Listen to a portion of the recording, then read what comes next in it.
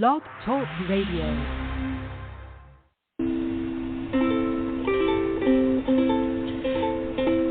Hi everyone, this is Camille from sunny California, and you're listening to the Coffee Chat with Camille show, which is the podcast series that interviews various guests about real-life topics for people who love to learn.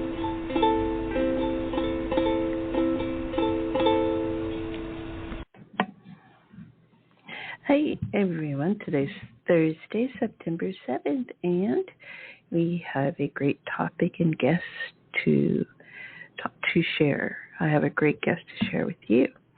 Drawing is not art. It can help you learn with Ashton Rodenhiser. A little bit about Ashton. Ashton Rodenhiser is passionate about lifting the creative spirit in everyone that she meets. For the past 7 years, she has followed her passion for helping people communicate their ideas and combine that with creativity by founding Mind's Eye Creative Consulting. She's worked with diverse groups from nonprofits to Fortune 500 companies.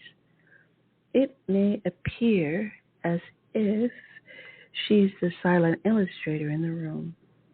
In fact, she's helping to break down complex concepts and notions into an easily understandable visual language, helping others retain more information while inspiring people to continue practicing her techniques in the world. Over the years, she has brought close to 1,000 presentations and conversations to life, either on paper or digitally. When she's not working with clients, she's being silly with her 3 young kids and husband in rural Canada. Okay, and then she did leave you all a link. It is mindseyeCreative.ca. Okay, and now we are going to welcome our wonderful guest into the studio, Ashton. Yes. Hey. Hi. Hey there. Welcome. It's so nice to be here. Thank you for having me. You're so welcome. What a pleasure. I'm going to go ahead and get into the interview because we have about 10 questions to get through so that the audience and listeners can get to know you a lot better. Okay? So how did you get started in your entrepreneurial journey? Yeah, so I never really set out to be an entrepreneur. It wasn't something that I even really thought about was possible for myself. But when I learned about visual communication, like what I'm doing now, you're kind of defaulted into starting a business because no companies are really hiring part-time or full-time live illustrators. So I just sort of was kind of forced into it, and luckily for me, it really spoke to me being an entrepreneur, and yeah, it just sort of worked out kind of perfectly in that sense. Excellent. And then what is graphic recording? Yeah, so there's a couple, it's like all industries. There's a couple words for lots of different things, and they mean the same thing. So when I am at a conference, let's say, and there's a speaker in the front of the room, I am live illustrating what they're saying or graphic recording what they're saying in real time. And then by the time they're done, I'm pretty much done. So you can imagine how fast I have to write and draw these pictures. And then I have this visual representation. So, when people are hearing what the speaker is saying, they're listening with their ears, they can see them on the stage, and then they can glance over at me, or if I'm in a Zoom call, for example, they can glance over on their screen and they can see what the speaker just said now in a picture form in words. And when I do that, I can do that in conferences, like I said, that's called like graphic recording or live illustration. But I also do it in like other settings where there is multiple voices. So if you imagine like a strategic planning session or some sort of like internal brainstorming at a company, many people have something to say. So that's what we call graphic facilitation, because most of the time that is a facilitated process. So I'm a little bit more involved in that process usually. Rather, when I'm at a conference, I'm more of a fly on the wall. But in the facilitated sessions, I take on a little bit more of an active role, because I get to connect with people individually and as a group to make sure that all the voices in the room feel heard and feel like they are a part of whatever that vision is that they're trying to work towards. Oh, that's magnificent. And then what is sketchnoting? Yeah, so just another term, of course, for all these things. So sketchnoting is a term that is used more so for personal note-taking. So you can take what I do as a professional live illustrator, professional graphic facilitator, take the same skill set, but just boil it down to more personalized note-taking. So someone who might want to try sketchnoting is, like a student or somebody that attends a lot of meetings or conferences for themselves, and they want to help themselves learn and engage with that information. They can stay focused and they can remember it longer.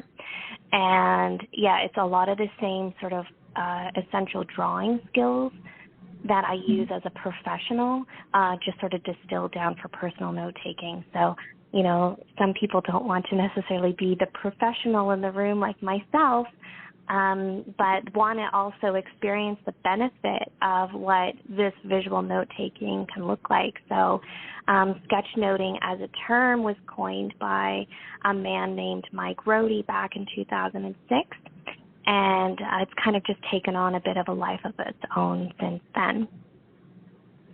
Okay, thank you so much. And then how can people get started with sketchnoting or visual note-taking? Yeah, so sometimes when people see what I do as professional, they get very intimidated. So and a lot of the work out there is like people like myself that have been doing it for a very long time. So one thing that I really wanted to try to do was to get this skill set in people's hands so they can do this for themselves in a very non-threatening, low barrier kind of way. So that led me to write a book that I published just a few months ago called The Beginner's Guide to Sketchnoting. And through that process, I really wanted to walk through people, even if they don't have any drawing skills at all, or they're coming back to it after a really long time, and honoring that people often feel very nervous to put pen to paper in this way because they feel like, I can't draw. I can't even draw a straight line. I can't even draw a stick person. And a lot of us have a lot of baggage around their creativity being squashed at some point in their life, and often that's in childhood. So when I teach sketchnoting to people, I always think of that in the back of my mind, that these might be a lot of folks, come with that kind of thought process. So honestly, when I start teaching people how to do it, we start with something as simple as just drawing some lines, and then we take that line and we turn it into an arrow, and then we draw a box. And so I'm building upon just very simple shapes that people can use when they're capturing information. So one of the things that I like to suggest to people, if this is something that you want to try out, is ditch your lined paper, get a notebook or a sketchbook that has plain paper, or just grab some white pieces of paper. And whatever you have to draw with is fine. You don't need any fancy markers or anything. Or if you want to do it on an iPad, you can get free or very low-cost drawing apps. And just start capturing information in a landscape or a horizontal fashion. And when you're capturing words, think about putting them in an imaginary box. So instead of long lines across pages like we would do for lined paper, start chunking out some of your information, and then just start adding in lines and arrows and little tiny icons and shapes that can help you connect that information to another.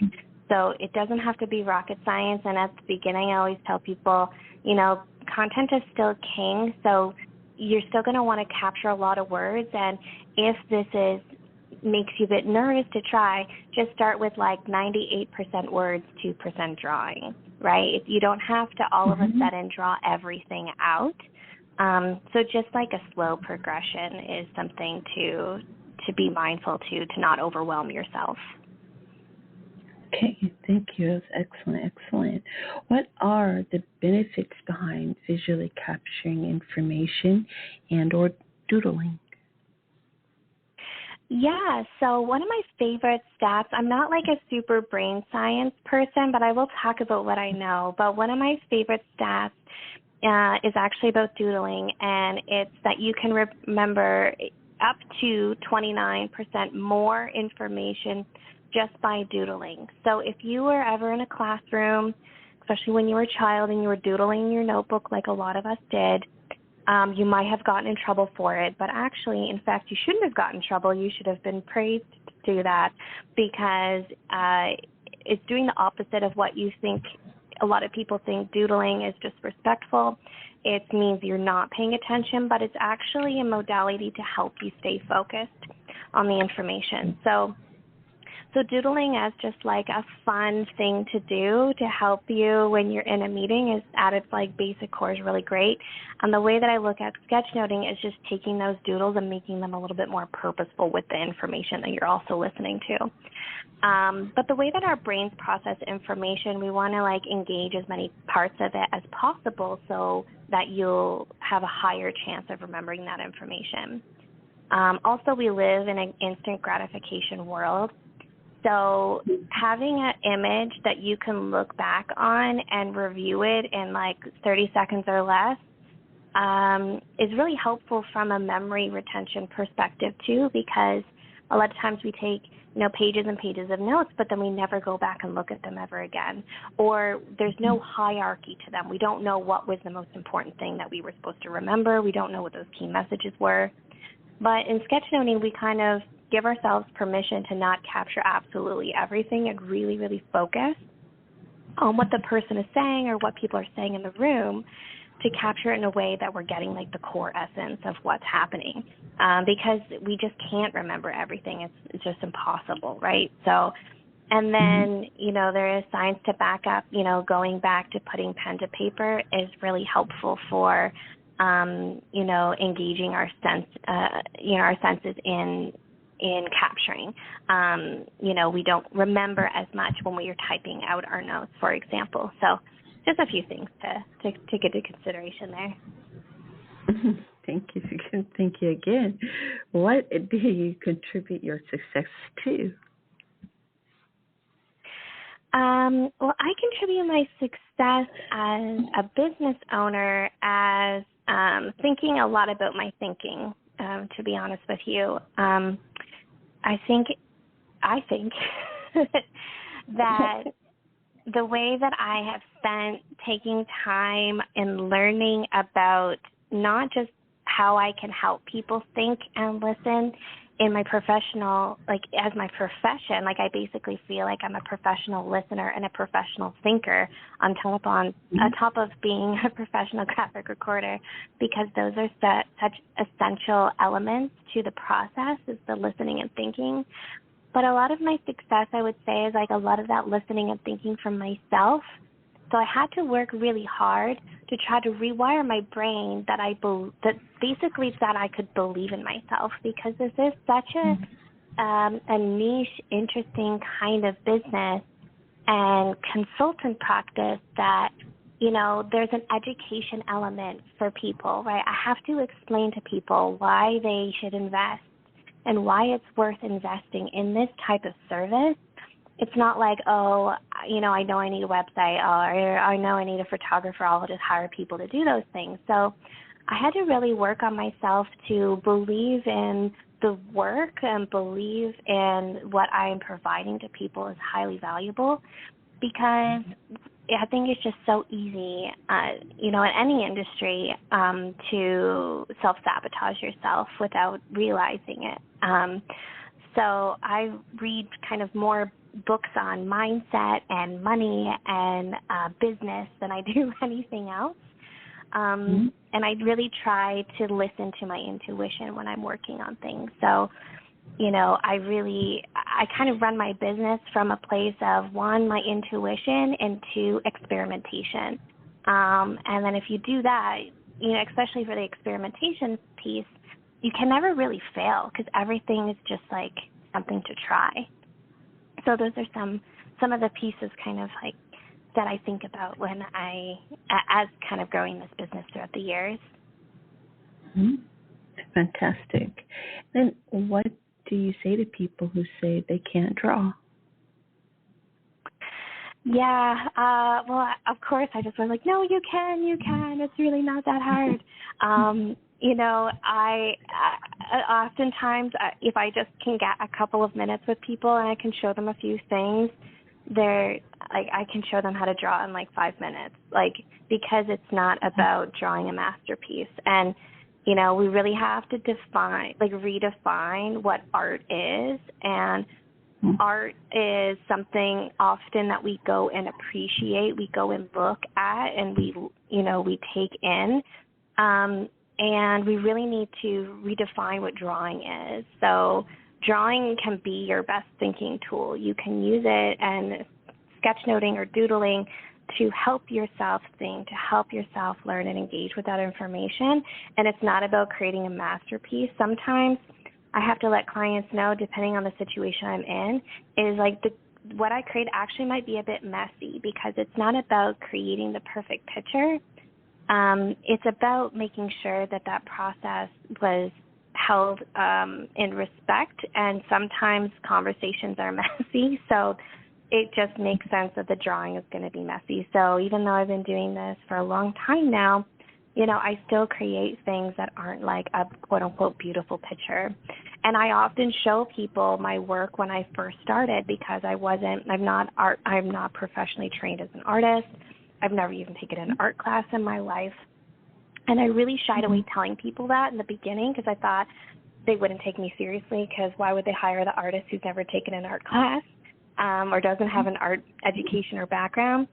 But, I think once I get an opportunity to talk to people about my experience and show them some of my earlier work and where I am today, you can see that, I didn't really know how to draw much either, and I've really stuck with this, and now I can create, what they say are works of art, but I still have a hard time calling them art because they're really, they serve a different purpose than what you might experience when you go to, an art gallery, for example. Yes, fantastic. And then last question, how do you draw conference presentations? Yeah, I think I sort of spoke about that a little bit in the first question, but it's really about, like I said, the listening and the thinking are just as important as the drawing piece. So I'm really listening to what the presenter is saying. I'm listening for little cues that I've kind of picked up over the year. Sometimes people will summarize themselves. Sometimes people will give it all away, or they'll say something like, if there's only one thing you remember this. So I'm like, okay, I better write that down. So sometimes they'll give it to you, and then sometimes it's a little bit more nuanced. You kind of have to read between the lines a little bit. But from my experience, people who come up to me at a conference or they send me a chat in Zoom or something, they will, say that I reflected what they experienced. And sometimes that experience is maybe not as polished as a previous speaker, for example, and that's just the way it is. So, every experience and every speaker or presenter or, session that I'm in it's unique in its own way, and every drawing that I do looks different. So I certainly have my own kind of artistic style now that I've developed over the years, but at the same time, everyone looks different because it's different information. It ends up being different drawings. And I have a visual vocabulary in my mind and a visual language, so you can see it as part of it is interpreting too. So when they say something, even if it's something a little bit more complicated like collaboration or vision or things like that, I know how to draw those things already because I've drawn them in the past. So I think sometimes people will see my drawings and they'll be like, how did she do that? And I'm like, yeah, but I have like a language in my mind of things I've already drawn before or ways that I've connected information before with a drawing, and I can lean on all my past experience. So for the first few years when I didn't have a very strong language in my mind, I end up just drawing a lot of the same things over and over again, and that's okay too because it's still serving the room and the information, but, just over time, building up that vocabulary language so that, when someone says something, I don't hesitate. I know how to draw something. I have the muscle memory to be able to capture it right away. Well, this has just been a fascinating interview. So I do want to thank you so very much for being here and, again, exposing and bringing in, it's kind of like this whole new profession in a way that no one's really heard of too much. So thank you so very much for being here. And then I'd like to ask you, what is your favorite coffee or hot beverage? Well, I made myself a maple latte this morning, so that's one of my favorite. But my other top one is a London Fog, so an Earl Grey tea latte. I'm a warm drink person, so could talk about coffee all day. Thank you so much. And then can you please let the audience know what your your social media handles are? Yeah, I have a whole bunch of different ones, but probably the best place to go right now is I just launched a new online community and website called Sketchnote School. So if you literally go to www.sketchnote.school, you'll find everything you want to find about sketchnoting. I have a free weekly newsletter, and you can find all my socials on there. Probably the easiest place to go. Yeah. Okay, magnificent. All right, so this has been our interview with Ashton Rodenhiser, creative entrepreneur and graphic recorder.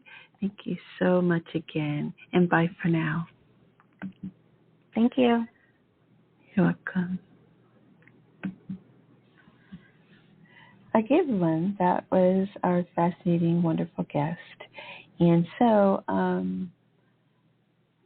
she'd let you know exactly how you would be able to contact her. And I'm going to go to that website myself real quick. I think it was Sketchnote. Let me see. I think I found it right now. Sketchnote, right? .co. I think that's it. Okay, anyway, I hope you guys enjoyed the interview. I definitely found her and her profession to be absolutely fascinating and wonderful, and it was just mind-blowingly awesome. And so I hope that you feel the exact same way. And, if you're looking for something to do out here, because, we're shifting so much into digital and digital professions. And I know I am actually in film school for animation at this time. And I have lots of animated material I did on my own and all that. So because I'm already a fine artist and all that, I really, really enjoy listening to other artists, what they do and their perspectives, because they are just, in my humble opinion, powerhouses. Just like our magnificent guest today, Ashton Rodenhiser. I don't know why I keep stumbling over her last name, but might be just a little too early for me. I didn't have any coffee or anything like that. And then I get up to wake my husband up so he can go to work. But anyway, again, thank you for listening to Coffee Chat with Camille.com. I have one more guest coming on in about 5 hours, okay? And if you want to listen to this episode, it will be on my website, and that is coffeechatwithcamille.com. gmail.com. And all you have to do is search for Ashton's name and or the title of the show. Also, you can find me on Apple, Spotify. Apple is the largest streaming platform. Okay, so I'm definitely on Apple. Me and Spotify are trying to get all of my episodes on there, but nevertheless, I do have episodes on there as well. And just about any stream, wherever you stream music, you can find me. Okay, so right now we're doing really great with the listenership. Please leave comments. And if you can't leave them on the platform that you're listening to, all you can do is just go to coffeechatwithcamille.com or Facebook. There, I'm Coffee Chat with Camille. And all my social media is coffee, right? So, and leave feedback, all right? But again, if you want to actually get to me directly, it's just best to go to my website and contact me there, all right? If you're interested in being booked for the show, you have PR people, just have them contact me through my website, all right? I appreciate everyone, and I hope everyone's having a fabulous week all over the world. I know we're going through a lot of climate changes and things, and so I keep all of you magnificent people out there in my heart and in my thoughts. Okay, so bye for now. Thank you for listening to Coffee Chat with Camille. I am your host, Camille.